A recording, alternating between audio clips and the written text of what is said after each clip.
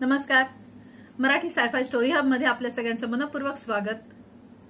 आपण आता कथा वाचतोय डॉक्टर बाळ फोंडके यांची विधी लिखित. काल, आज आणि उद्या असे 3 भाग आहेत. काल हा भाग वाचून झालेला आहे.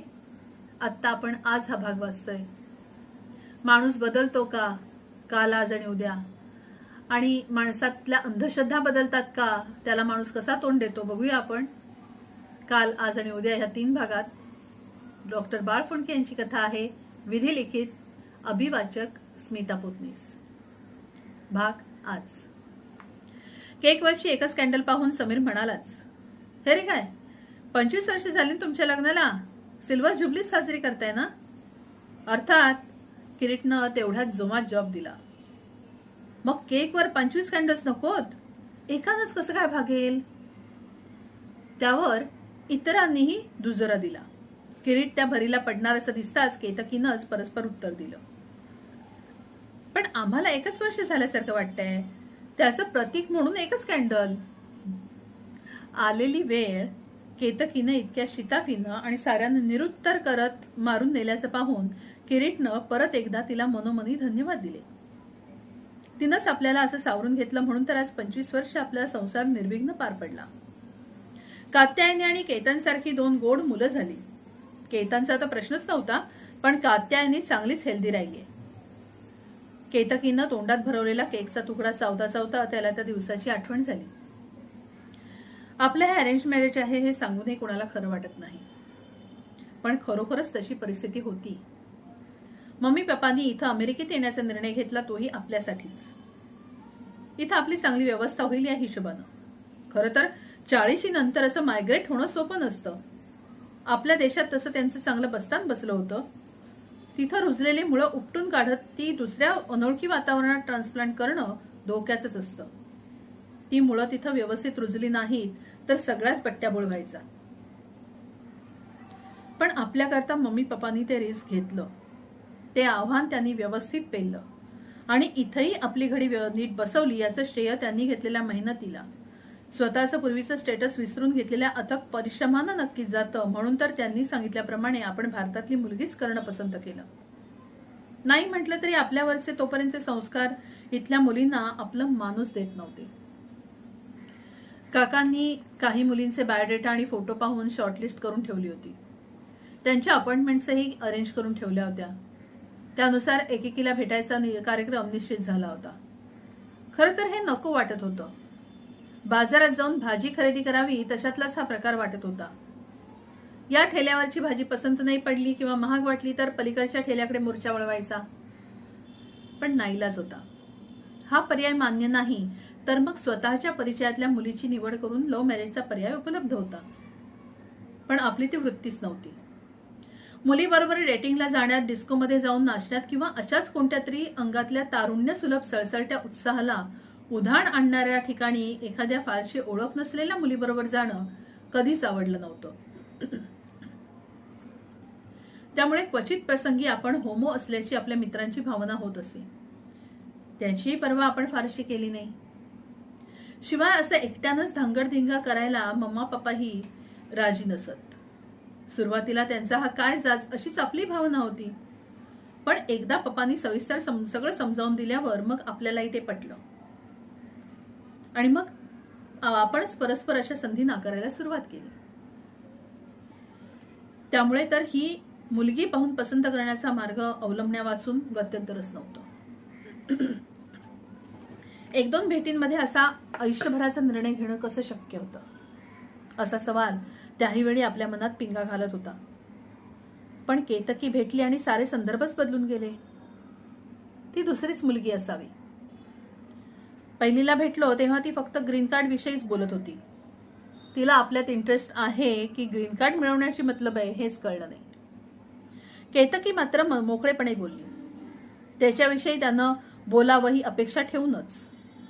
एकमेकांचे विचार समजून घेण्याचाच पवित्रा तिनं घेतला. त्या ओघात स्वतःच्या करिअर संबंधीही ती बोलली. त्याच्या करिअर संबंधीही तिनं उत्सुकता दाखवली. त्याची करिअर बहराला यावी ही इच्छा असणं स्वाभाविकच होतं. पण त्याचबरोबर तिलाही आपली करिअर करायला व्यवस्थित मोकळीक मिळावी अशी तिची इच्छा होती. ती करिअर करण्याची संधी मिळणार नसेल तर जहन्नममध्ये गेली तुमची अमेरिका, हा संदेश तिनं त्यावेळी दिला. तिचा हा मोकळा ढाकळा स्वभाव आपल्याला आवडला. तिच्या हुशारीची, बुद्धिमत्तेची चुणूक आपल्याला मिळाली. सर्वच काही आपल्या मनासारखं होत नसतं. काही बाबतीत तडजोड करावीच लागते. याची जाणीव असल्याचंही तिनं दाखवून दिलं. मात्र कोणत्या बाबतीत तडजोड शक्य आहे आणि कोणत्या बाबतीत नाही हे तिनं पक्क ठरवून ठेवलं होतं. हेही आपल्याला समजलं. आपल्याशी हिची वेवलेंथ जुळेल याची ओझरती जाणीव त्याच वेळी झाली. त्या पहिल्या भेटीतच आणखी 1-2दा भेटायचं निश्चित झालं. काकांना तर आपण स्पष्ट सांगून टाकलं, केतकी संबंधी काही निर्णय होत नाही तोवर इतर कोणालाही भेटण्याची आपली इच्छा नाही. त्या मुलींना आणि त्यांच्या घरच्यांना असं तात्कळत कसं ठेवता येईल असं जेव्हा काकांनी विचारलं तेव्हा तर मग त्यांना नकार कळवून टाका असंच आपण सांगितलं होतं. काका तर अवाकच झाले होते. त्यांचं बरोबर होतं. त्यांच्या विश्वातले, त्यांच्या समाजातले रीतिरिवाज, कायदे कानून वेगळे होते. पण केतकीनं त्याच वेळी आपलं मन जिंकलं होतं. तिला आपण पसंत केलं होतं. ते मनाशी कबूल करायला आणखी काही दिवस जावे लागले. शिवाय तीही आपल्याला पसंत करेल की नाही, करेल की काय याची शंका होतीच. तिसऱ्या भेटीतच ती स्पष्टच झाली. मला तू आवडलीस, तुझ्याशी लग्न करावं अशीच माझी इच्छा आहे, त्यानं सरळ सरळ सांगून टाकलं. त्यावर त्या असंख्य हिंदी सिनेमात पाहिल्याप्रमाणे ती लाजून आपला चेहरा उंजळीत लपवून घेईल किंवा आनंदानं चित्कारत स्वतःभोवती गिरक्या मारायला लागेल असं त्याला वाटलं होतं. पण तिनं त्याचा साफ अपेक्षाभंगच केला. काहीही न बोलता क्षणभर ती स्तब्धच राहिली आणि मग म्हणाली, साऱ्या आयुष्यभराचा निर्णय आहे, तो असा घाईघाईनं कसा घेता येईल? तुला मी पुरतं समजून घेतलंय असं अजून तरी मला वाटत नाही. तुझ्या काही गुणांचं दर्शन मला झालंय, पण माझ्यात काही दोष नाहीत ना याची खात्री करून घ्यायची आहे तुला. नाही, तुझ्यात काही दोष असणारच याची जाणीव मला आहे. कोणी असा परिपूर्ण नसतोच मुळी, नाहीतर तो माणूसच राहिला नसता. पण ते दोष कोणते आहेत आणि त्या दोषांसकट तुला आपलं म्हणायची, माझ्या म्हणायची तयारी आहे की नाही हे समजून घ्यायचंय मला. तुलाही मी पुरती समजले असेल असं मला नाही वाटत. माझ्यामधल्या दोषांची तरी ओळख तुला कुठं झाली आहे? ती व्हायला हवी. उघड्या डोळ्यांनी ते दोष स्वीकारले की मग त्यांच्यापायी उद्भवणाऱ्या परिस्थितीला कसं तोंड द्यायचं याची रणनीती ठरवता येते. गांगरून जायला होत नाही. ठामपणे त्या आव्हानाचा सामना करण्याचं बळ अंगी येतं. एक 20-22 वर्षांची मुलगी हे बोलत नसून कोणीतरी मोठी विदुषीच गंभीर वक्तव्य करत आहे असाच कोणाचा तरी समज झाला असता. पण आपल्याला तिचे हे विचार आवडले. लग्न म्हणजे काही भातुकलीचा खेळ नाही. मनासारखा झाला तर टाका मोडून आणि नव्यानं डाव मांडा. अमेरिकन समाजात तर हे सर्रास चालतं. पण इतकी वर्ष तिथं राहूनही मनावर लहानपणापासून झालेले संस्कार ते पटवून घ्यायला तयारच होत नव्हते. आणि केतकी तर म्हणत होती ते योग्यच होतं. आपल्यात मुळी दोष आहेच, मोठा दोष. त्याची माहिती आताच तिला द्यायला हवी. आपली तशी तयारी होती. भीती वाटत होती ती हीच की तो दोष समजून आल्यानंतर तिनं आपल्याला नाकारलं तर. तिला अशा तऱ्हेनं गमावण्याची आपली तयारी नव्हती.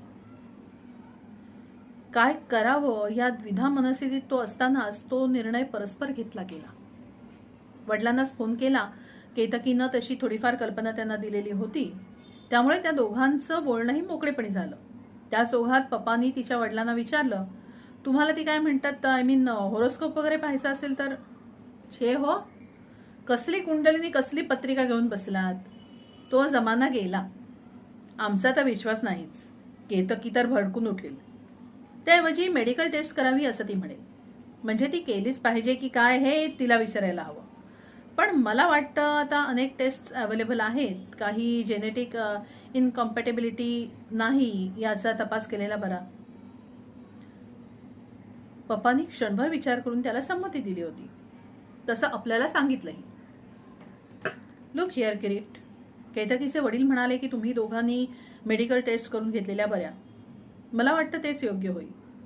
तुझी स्थिती आपणच कशी सांगायची हा प्रश्न मला पडलाच होता.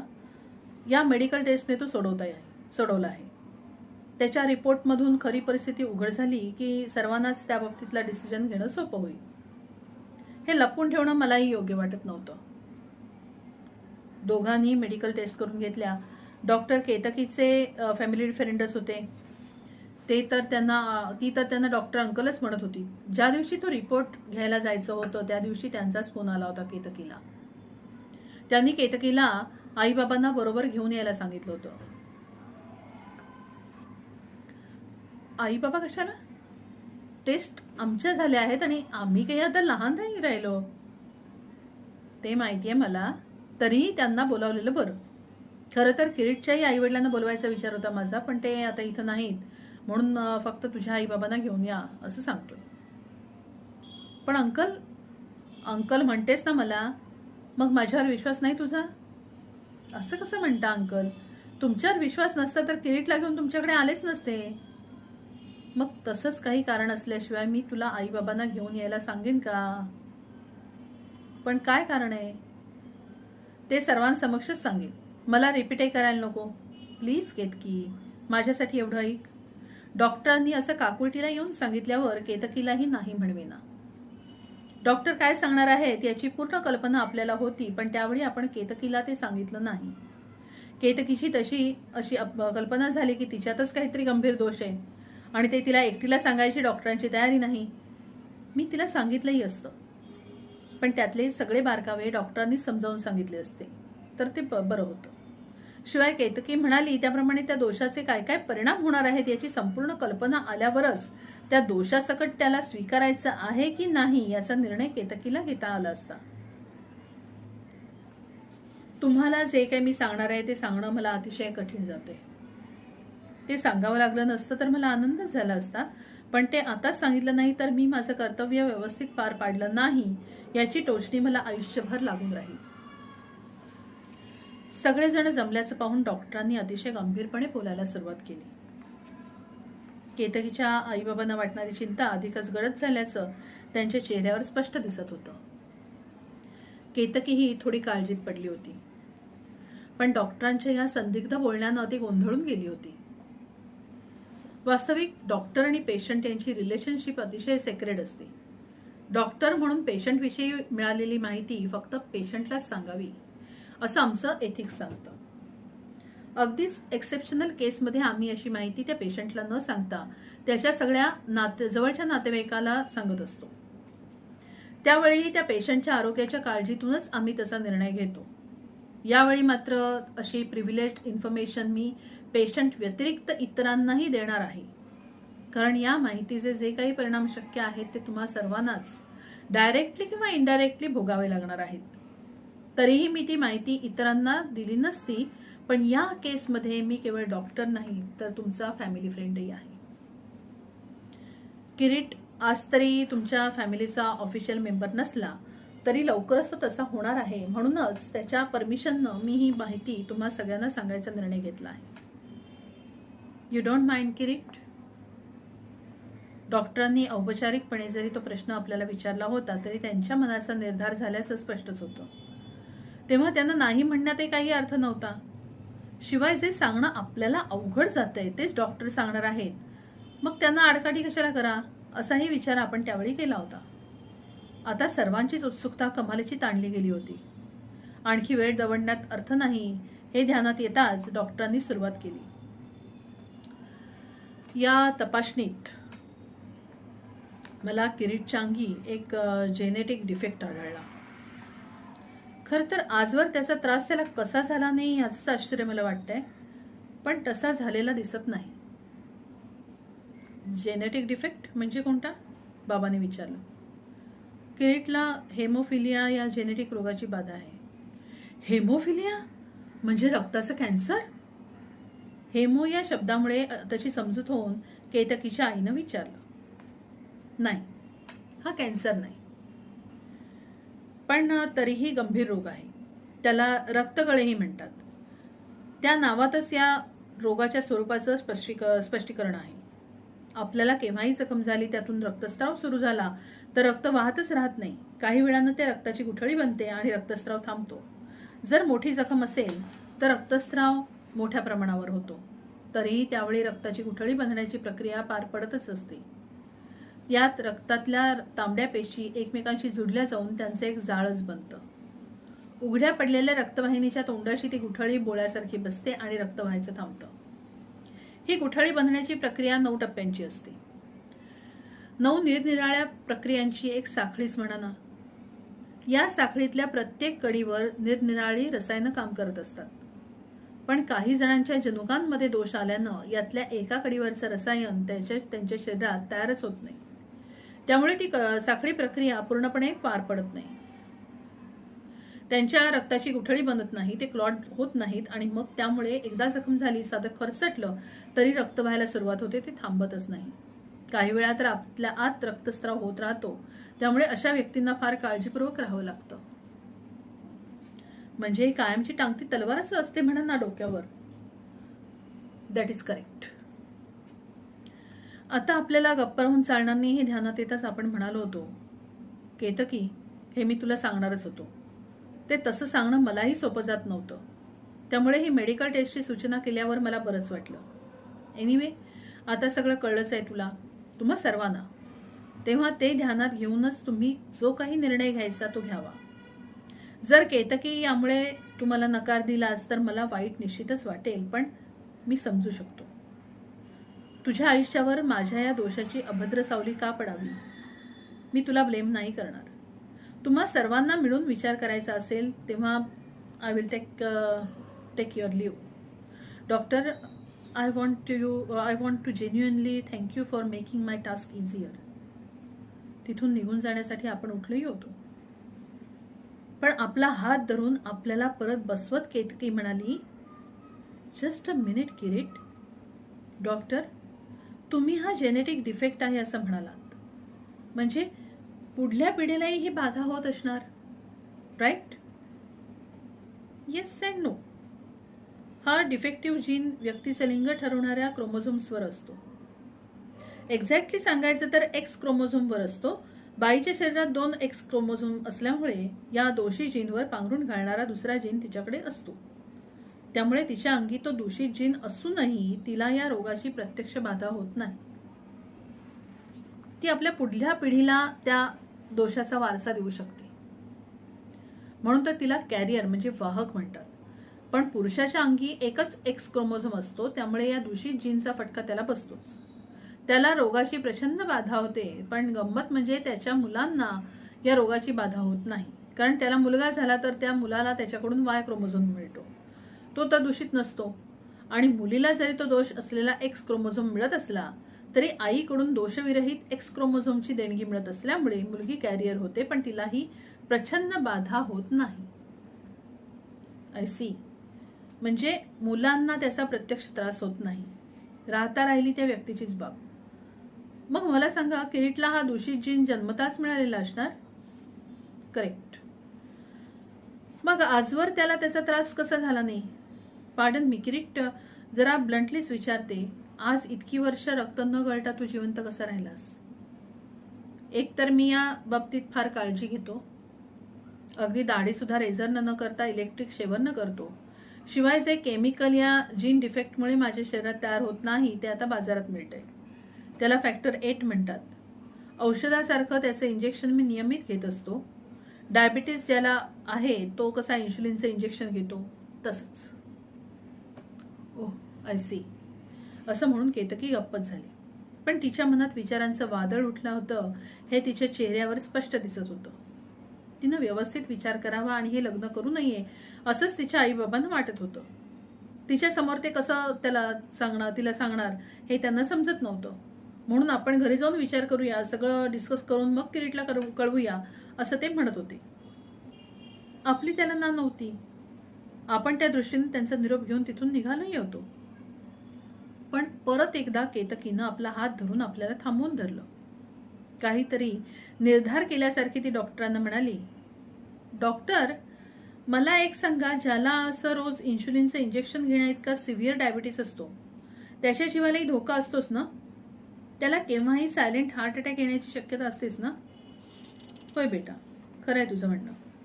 पण तसं होणारच असं खात्रीलायकरित्या आपण म्हणू शकत नाही. There is a probability but not a certainty. पण सपोज त्याला ते इन्शुलिन मिळत नसेल किंवा ते नियमित घेण्यात तो टाळाटाळ करत असेल तर मग तो धोका वाढतो. तरीही आपण ते सर्टनच आहे असं नाही म्हणू शकत. Only that the probability will increase a lot. Exactly, that is the point. समजा किरीटला असा सिव्हिअर डायबिटीस असता आणि तर तुम्ही आम्हा सर्वांना असं बोलावून हे सांगितलं असतं का? डॉक्टर त्या प्रश्नाचं ठाम होकारार्थी उत्तर देऊ शकले नाहीत. अंकल, तुम्ही गप्पा आहात, त्यातच माझ्या प्रश्नाचं उत्तर मला मिळाले. तरीही तुम्ही किरीटच्या त्या हेमोफिलियाबद्दल आम्हाला सांगितलं कारण तुम्हाला तो जास्ती गंभीर वाटला. Still there is only a probability but no certainty. विशेषतः किरीट जर रेग्युलरली आणि रिलिजियसली फॅक्टर 8 घेत असेल तर मग that probability also stage under control. खरं ना? खरं आहे बेटा. मग तशी आयुष्याची गॅरंटी तर आपण कोणीच देऊ शकणार नाही. किरीटला डायबिटीस असता तर मी फेरविचार करावा असं बाबा आई तुम्हीही म्हणाला नसतात. मग हेमोफिलिया काय वेगळा आहे? फक्त मला किरीटवर जास्त कडक नजर ठेवून तो पथ्य पाळेल याची खात्री करून घ्यावी लागेल. हेमोफिलियाची एक बाब वगळली तर बाकी काही होत नाही त्याच्यात. मग मी त्याचा भाऊ असा का करावा आणि माझ्या अंगात काही जेनेटिक डिफेक्ट नाही याची तरी कोण खात्री देईल? तशा टेस्ट आज उपलब्ध नाहीत म्हणून मी निरोगी आहे असं अंकल सांगतायत. खरं ना अंकल? अगदी खरं आहे बेटा. तर मग माझा निर्णय ठरला. किरीट, आय विल मॅरी यू. आता तुझा निर्णय सांग. सगळेच जण इथं हजर आहेत, त्यांच्या समक्षच काय ते सांगून टाक. केतकीच्या तोंडचे ते शब्द ऐकायला उत्सुक असलेल्या आपल्याला असं गहीवरून आलं होतं की तोंडून शब्दच फुटला नाही. त्या अस्फुट हुंकारानंच केतकी काय ते समजले. त्याला आज 25 वर्ष झाली, 2 मुलं झाली. केतकीनं असं काही आपल्याला सांभाळलं की खरोखरच 1च वर्ष झाल्यासारखं वाटतंय. मग एकच कॅन्डल आहे ते बरोबरच आहे ना? धन्यवाद.